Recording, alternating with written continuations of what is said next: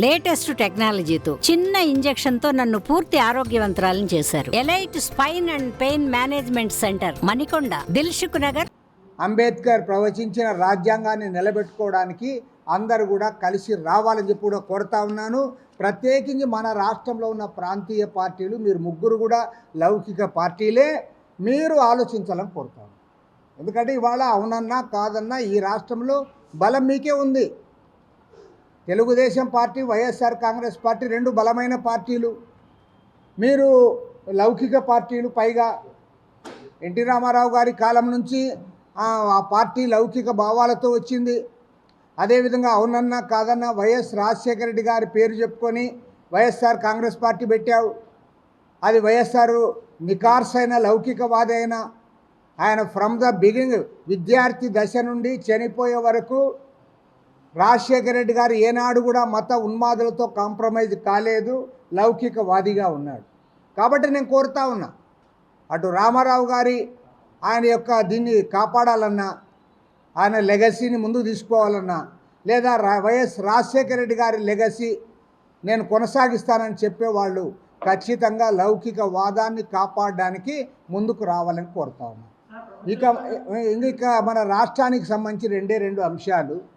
ఒకటేమంటే, మన రాష్ట్ర ఎన్నికల చరిత్రలో, నాకు తెలిసినంత వరకు భారతదేశ ఎన్నికల చరిత్రలో ఏనాడు కూడా ఇలాంటి పరిస్థితి రాలే. కారణం ఏమంటే నేను చెప్తాను. అసలు ఎన్నికలు ఇంకా పోలింగ్ కూడా ప్రారంభం కాకముందే ఈ పోలీసులను ఉపయోగించి ఎన్నికలు చేయాలనుకున్నారు వీళ్ళు. మొత్తం అంతా ప్రతిపక్షాలందరూ కూడా చేప జుట్టేసి అంత పోలీసుల ద్వారానే చేసుకోవాలనుకున్నారు.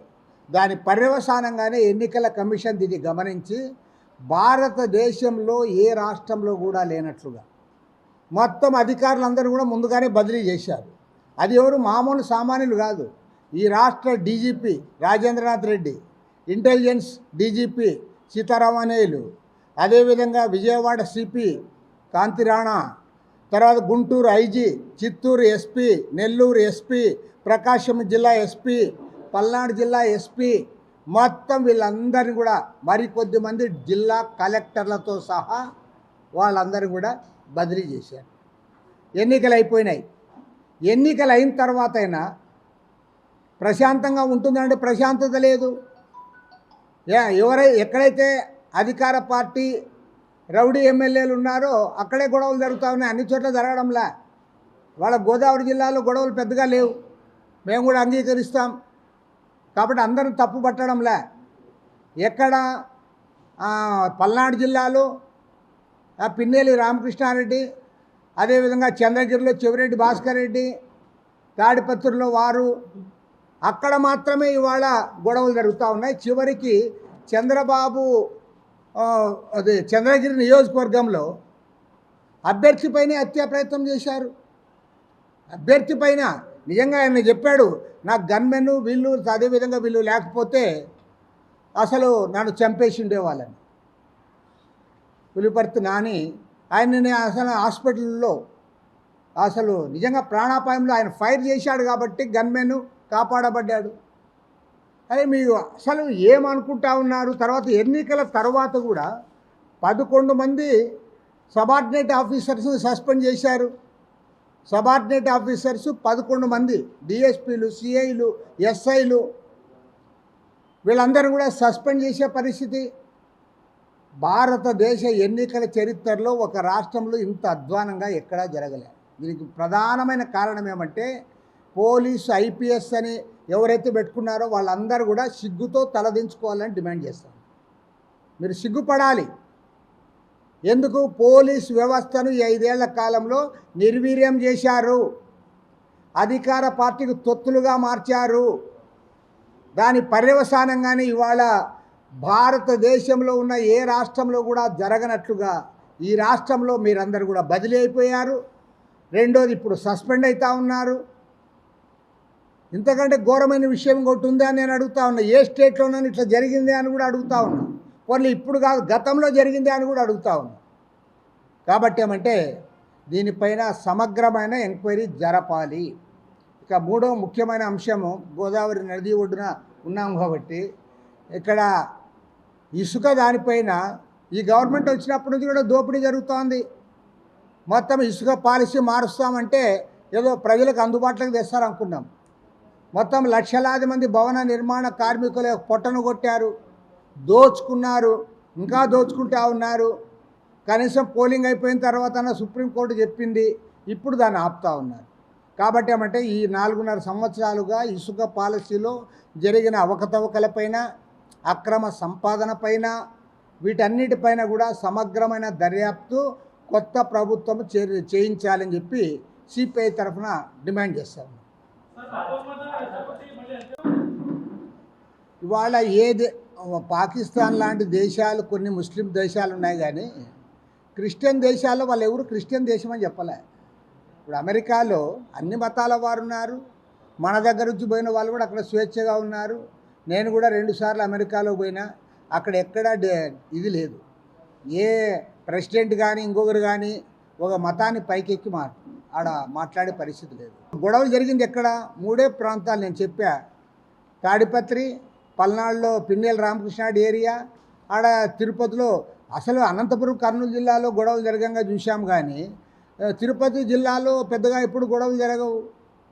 కాబట్టి ఏమంటే ఇవన్నీ కూడా అదే పనిగా వాళ్ళు ప్లాన్డ్గా చేసిన గొడవలు.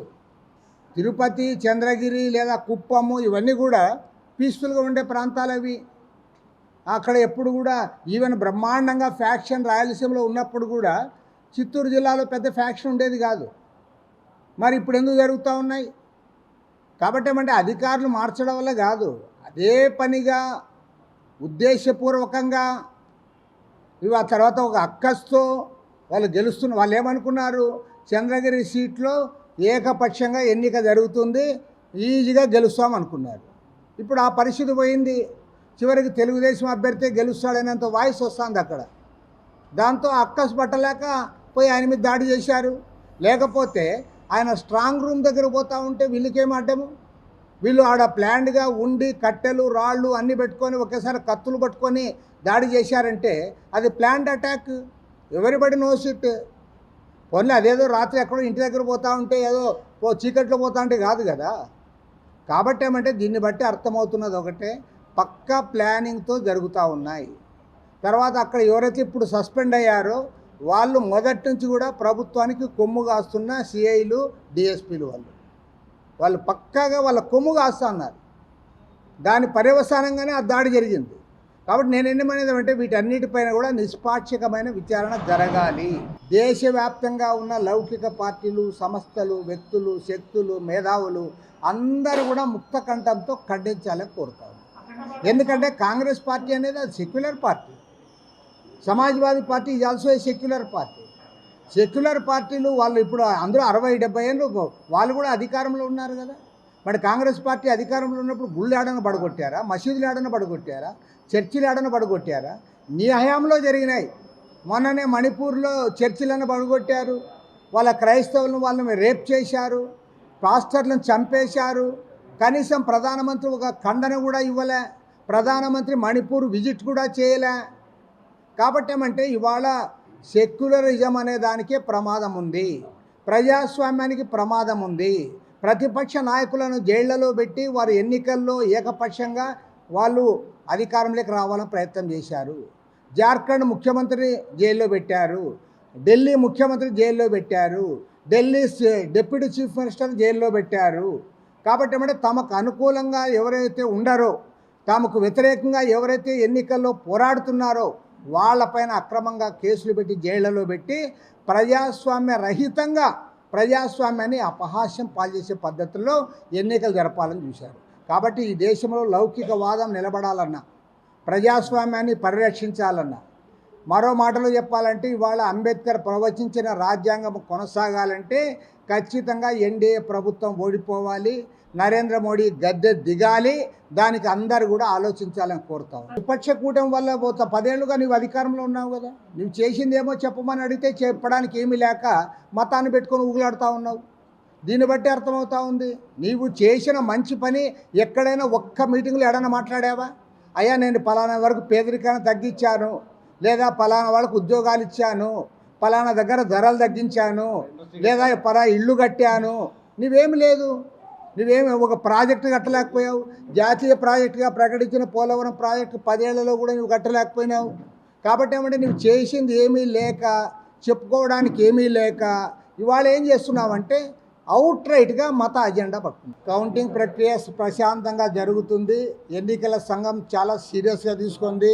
కేంద్ర ఎన్నికల సంఘము తర్వాత ఎక్కడైతే ఇలాంటి తగాదాలు ఉండే ప్రాంతాలు ఉన్నాయో ఆ ప్రాంతాల్లో వాళ్ళ సెక్యూరిటీ కూడా పెంచుతూ ఉన్నారు.